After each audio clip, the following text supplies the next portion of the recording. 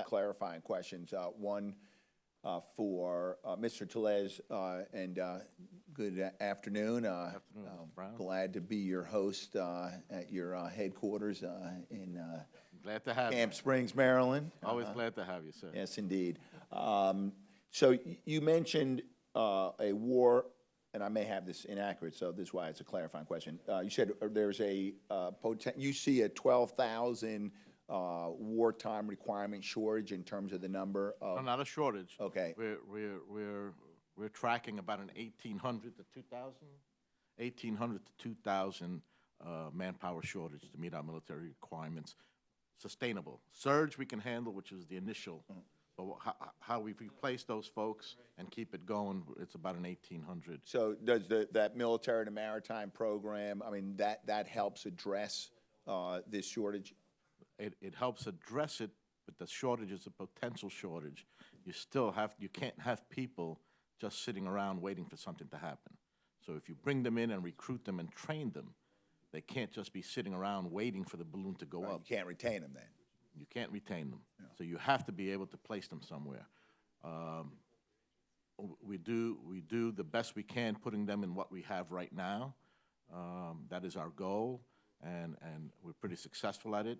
But to close that 1,800-man gap takes a lot more than just bringing in 200 or even 2,000 over a period of years veterans. Thank you. And for Admiral Alfoltis, you had mentioned that, and this again a clarifying question, that the academies produce sufficient number of merchant marine officers.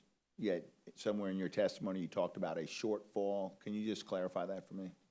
Yes, sir. Thank you for the question. So the shortfall we're all talking is the same shortfall, about 1,800 mariners. We are producing, again, the number of mariners that we produce each year, entry level, certainly meets the need for, we believe, the need for entry level mariners. The issue is again, the retention issue. If they don't have jobs to continue sailing on their license and advance on their license to the more senior level mariners, we lose them. I think Admiral Busby testified, typically about the six to 10 year mark, that's where we're losing our mariners because some just want to come to shore for a different lifestyle, but many are just hitting a wall where there's just not enough jobs available for all these mariners. And frankly, one of the issues we're having is finding enough, as my colleague here alluded to, we're having a hard time finding enough positions for the kids that are graduating. We have students that are graduating with an officer's license.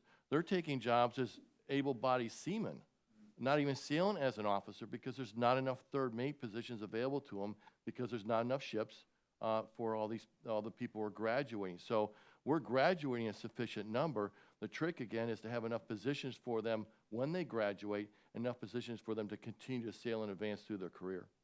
And then just in terms of retirements, is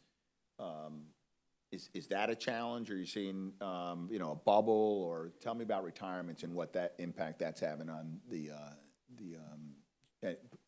shortage that you could see in a surge.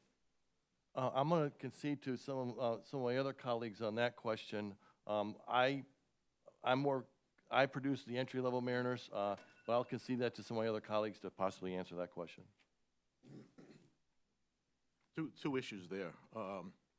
On the license side, part of the problem is that they're not retiring. And what happens is you have the top officer staying beyond and aging, and at the same time his nominal replacement would be the chief mate going at the same time. So there is the potential that both of them will retire at the same time. And it takes maybe 8 to 10 years to create those positions. Where are you going to fill those gaps in? On the unlicensed side, we have probably about 24 folks retiring every month, but we bring in recruits every month also. So we try to maintain a balance there.